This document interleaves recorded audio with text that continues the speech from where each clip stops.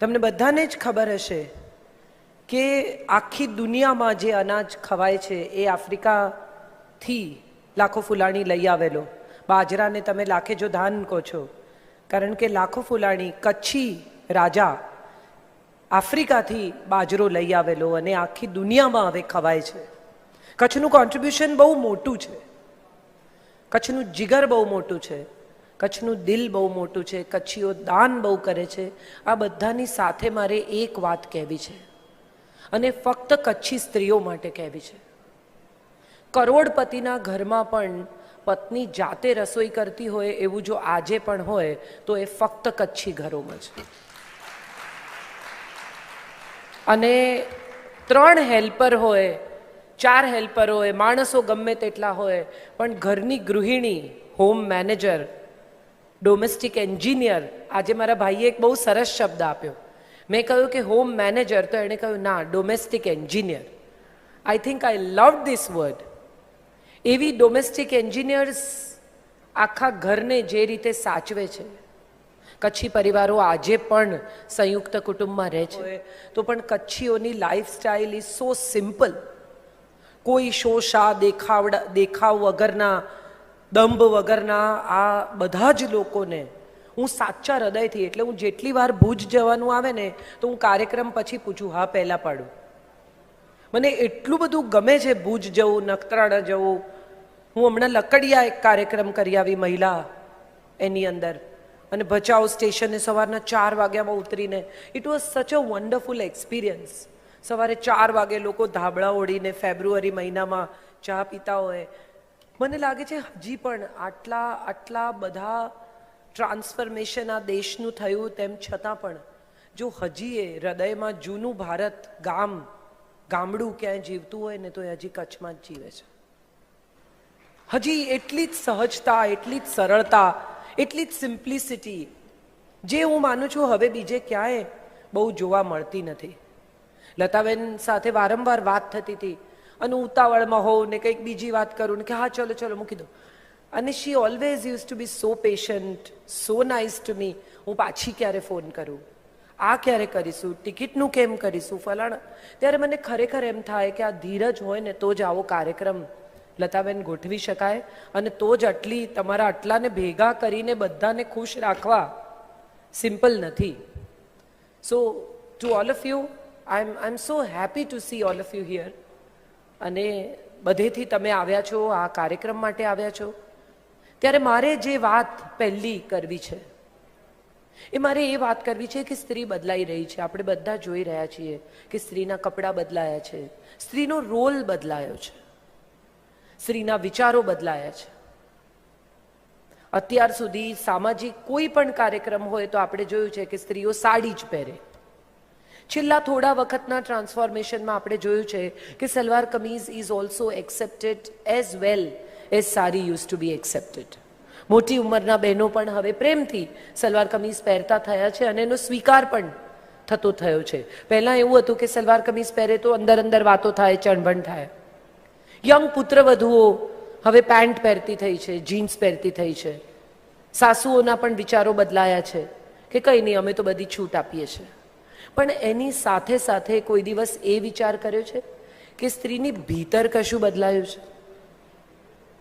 સ્ત્રીની અંદર પણ એક બહુ મોટું ટ્રાન્સફોર્મેશન આવ્યું છે. ગઈકાલ સુધી મારા દાદી કે તમારા મધર ઇન લો કે મધર્સને તમે જુઓ તો એમની જિંદગી એમના રસોડા, એમના ડ્રોઈંગ રૂમ, એમના સામાજિક સંબંધો સુધી સીમિત હતી. આપણી પાસે કેવી કેવી કથાઓ છે, અનસુયાની, ચ્યવન ઋષિની પત્ની સુકન્યાની.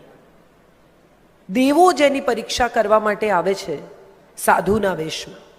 અત્રિ ઋષિની પત્ની છે અનસુયા, જેના સતીત્વ વિશે કથાઓ કહેવાય છે, અને દેવો નક્કી કરે છે કે આપણે અનસુયાની પરીક્ષા કરીએ. એટલે બ્રહ્મા, વિષ્ણુ અને મહેશ 3 જણા સાધુનો વેશ લઈને આવે છે.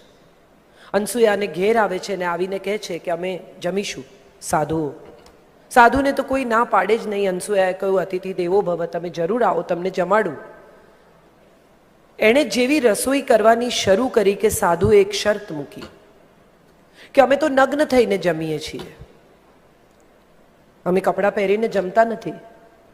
હવે જો ના પાડે કે હું તમને નહીં જમાડી શકું તો અતિથિ ધર્મ લાજે, અને જો હા પાડે કે કંઈ વાંધો નહીં તમે નગ્ન થઈને જમજો તો એનું સતીત્વ, એનો સ્ત્રી ધર્મ લાજે કે આવડા મોટા પુરુષોને નગ્ન જુએ પતિ સિવાયના કોઈને. અનસુયા થોડી ક્ષણ વિચાર કરે છે, ઈશ્વરનું નામ લે છે, હાથમાં પાણી લે છે અને દેવો ઉપર પાણી છાંટે છે કે આનું મને બેસ્ટ સોલ્યુશન મળે. અને ત્રણેય દેવો નાના નાના 1.5-2 વર્ષના બાળકો થઈ જાય છે. હવે આ બાળકો કપડાં પહેરીને જમે તોય શું, ને કપડાં કાઢીને જમે તોય શું. આ કથા આપણા પુરાણની છે. કેટલા બધા લોકો જ્યારે નવવધુને આશીર્વાદ આપે, તમે જોયું હશે, ચોખા નાખે એના ખોળામાં અને એમ કે તને શિવ પાર્વતીનું દાંપત્ય મળો. આ શિવ પાર્વતીનું દાંપત્ય શું કામ કે છે? રામ સીતાનું નથી કહેતા, રૂકમણી કૃષ્ણનું નથી કહેતા. શિવ પાર્વતીના દાંપત્યના આશીર્વાદ આપવામાં આવે છે.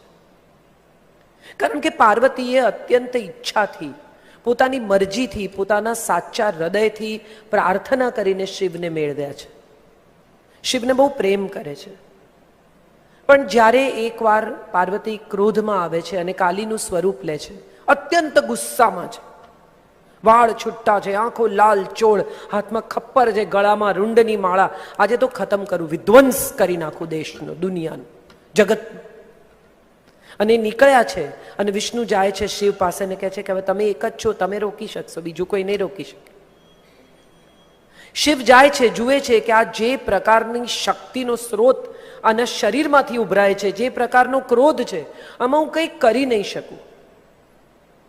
એટલે ચૂપચાપ એના પસાર થવાના રસ્તામાં જમીન પર સૂઈ જાય છે. ક્રોધમાં કાલી ઉપર જોઈને ચાલે છે અને જેવો શિવ પર પગ પડે છે અને પતિનો સ્પર્શ ઓળખે છે, જીભ નીકળી જાય છે. કાલીની જીભ બહાર છે, જો કોઈએ જોઈ હોય તો. અને જેવી જીભ બહાર નીકળી જાય છે અને એને ખ્યાલ આવે છે કે મેં મારા પતિના ઉપર પગ મૂક્યો, ક્ષમા માગે છે, શાંત થઈ જાય છે. શીખવાનું એ છે કે પત્ની જ્યારે ક્રોધમાં હોય ત્યારે એના પગમાં સૂઈ જાય ને, એ પણ પ્રેમ જ છે. દરેક વખતે ગુસ્સા સામે ગુસ્સો, ક્રોધ સામે ક્રોધ, પાવર સામે પાવર ન વાપરવો, એનાથી મોટું પૌરુષ બીજું કોઈ નથી.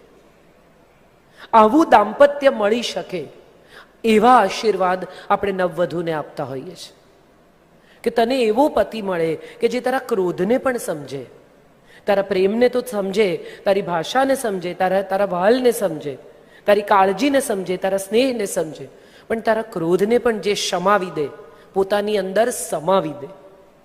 એવા પતિના અમે તને આશીર્વાદ આપીએ છીએ, એવા દાંપત્યના અમે તને આશીર્વાદ આપીએ છીએ. મારીને તમારી મમ્મીને જ્યારે આપણે કહીએ કે પપ્પાને આમ પૂછવાનું કે પપ્પાને આમ કહેવાનું, ત્યારે મમ્મી કહે કે હું મૂડ જોઈને કહીશ. પપ્પા ઘરે આવે તો સામાન્ય રીતે આપણે બધા જ્યારે સ્કૂલમાં ભણતા હતા ત્યારે એક વસ્તુ જોતા હતા કે પપ્પા ઘરે આવે તો સોપો પડી જાય, બધા શાંત થઈ જાય, ભણવા બેસી જાય, ડાયા થઈ જાય. મમ્મી ધીમે રહીને જે વાત કરવાની હોય તે કરે. પપ્પા હા પાડે તો હા અને ના પાડે તો ના, એમાં કંઈ બહુ દલીલ ન થઈ શકે. હવે જ્યારે સમય બદલાયો છે ત્યારે પતિ પત્ની ઇક્વલ લેવલ પર છે. કમાય છે સ્ત્રીઓ મોટા ભાગની, જે નથી કમાતી એને પણ પોતાનો એક પાવર છે, એને પણ પોતાનો એક અભિપ્રાય છે. એવા ઘરો હવે આપણે જોઈ રહ્યા છીએ. ત્યારે આ બદલાયેલા સમય સાથે જે સ્ત્રીને આપણે જોઈ રહ્યા છીએ ને, એ સ્ત્રીઓ માત્ર પાવરફુલ છે એવું મારે નથી કહેવું, મારે એવું પણ કહેવું છે કે આ સ્ત્રીઓ ઇન્ટેલિજન્ટ પણ થતી જાય છે. થોડો સમય પહેલાં તમે પત્નીને કહો કે બેંકની સ્લીપ ભરવાની છે, મારી મમ્મીને ન આવડતું કે મારા સાસુને ન આવડતું, મને આવડે છે. ને મારી વહુ કદાચ ઇન્વેસ્ટમેન્ટની સલાહ આપશે કે મમ્મી આમ ન કરાય, આમ કરાય. શું બદલાતા સમય સાથે સ્ત્રીનો રોલ બદલાયો છે, સ્ત્રીનું જ્ઞાન બદલાયું છે, એની સમજણ બદલાઈ છે, એની આવડત બદલાઈ છે. પણ એની અંદરની જે સ્ત્રી છે ને, એ એટલી જ રુજુ, એટલી જ કોમળ, એટલી જ પ્રેમાળ રહી છે. એટલે આ સિંક્રોનાઇઝેશન થતું નથી. એને બહાર જઈને કમાવાનું છે એવું એને બાળપણથી શીખવવામાં આવે છે, પણ એ જ્યારે ઓફિસમાં જાય છે ત્યારે એનું ચિત્ત ઘરે છે, કારણ કે એનું બચ્ચું ઘરે છે. મોટા ભાગની વર્કિંગ મધર્સને મેં જોઈ છે કે એને એટલું બધું ગિલ્ટ હોય કે હું મારા બાળકને સમય નથી આપી શકતી. એને કામ કરવું છે કારણ કે ભણેલી છે, એને કરવું છે આ બધું કારણ કે એની પાસે ઓપોર્ચ્યુનિટીઝ છે, કારણ કે એને આ માટે તૈયાર કરવામાં આવી છે. પણ એની સાથે સાથે વર્કિંગ મધર્સનું ગિલ્ટ સાવ જુદું છે. અને એના ભીતરમાં એવું પણ છે કે આ ગૃહિણી જે પૂરેપૂરો ટાઈમ આપે છે એટલો ટાઈમ હું મારા બાળકને આપી શકતી નથી. હું હંમેશા એ સ્ત્રીઓને એવી સલાહ આપું કે તમે કેટલો ટાઈમ આપો છો ને એ અગત્યનું નથી, તમે કેવો ટાઈમ આપો છો ને એ બહુ અગત્યનું છે. માં આખો દિવસ ઘરમાં હોય પણ એ રસોડામાંથી બહાર જ ના આવતી હોય, એને બદલે ભલે વર્કિંગ મધર હોય પણ પાછી આવીને 2 જ કલાક સંપૂર્ણપણે 100% પોતાના બાળકને આપતી હોય તો હું માનું છું આ 2 કલાક વધુ અગત્યના છે પેલા આખા દિવસ કરતા. હવે એક આખી નવી સમજણ સંબંધોમાં આવી છે. પહેલાનો સમય હતો કે સાસુ વહુ વિશે જોક્સ થાય ને સાસુ વહુ વિશે આમ થાય ને સાસુ વહુને ઝઘડા જ થાય ને સાસુ વહુને બને જ નહીં ને આવી એક માન્યતા સાથે લોકો જીવતા. કચ્છનું તો ગીત છે, વાગડની વઢિયાળી સાસુ દોયેલી રે, એટલે એવી વાગડની સાસુઓની કથા લોકગીતોમાં વણી લેવામાં આવી. તો કેવી સાસુઓ હશે કે કેટલો ત્રાસ આપતી હશે. દાદા હો દીકરી વાગડમાં ન દેજો સહી, વાગડની વઢિયાળી સાસુ દોયેલી છે. હવે તમે જુઓ સમય બદલાયો છે, પુત્ર વધુ પરણીને આવે. હું તમને એક સાદો દાખલો આપું કે તમે એક નવો મોબાઈલ ખરીદો અને તમારી પાસે એક જૂનો મોબાઈલ હોય, iPhone 5 હોય, 6 હોય અને તમે 9 કે 10 ખરીદો, તો તમે જઈને એમ કહો કે ભાઈ આમાંથી આમાં ડેટા ટ્રાન્સફર કરી આપ, એટલે બંનેના બ્લૂટૂથ ઓન કરે અને તમને કહે કે તમે હવે આને અડતા નહીં, આમાંથી આમાં ડેટા ટ્રાન્સફર થાય ત્યારે વચ્ચે એને છંછેડતા નહીં. તમે જો એને વચ્ચે છંછેડશો તો ફોન હેંગ થઈ જશે. હવે પેલી જે પરણીને આવી છે એ પોતાનો 24-25 વર્ષનો ડેટા એની જોડે લઈને આવી છે. એ ડેટા એ તમારા ફોનમાં ટ્રાન્સફર કરે ને ત્યાં સુધી આડાઅવળા બટન નહીં દબાવવાના, નહીં તો હેંગ થઈ જાય. એને શાંતિથી એનો ડેટા ટ્રાન્સફર કરવા દો. આપણે તો બધા ખેડૂતો, જમીન સાથે જોડાયેલા લોકો છીએ.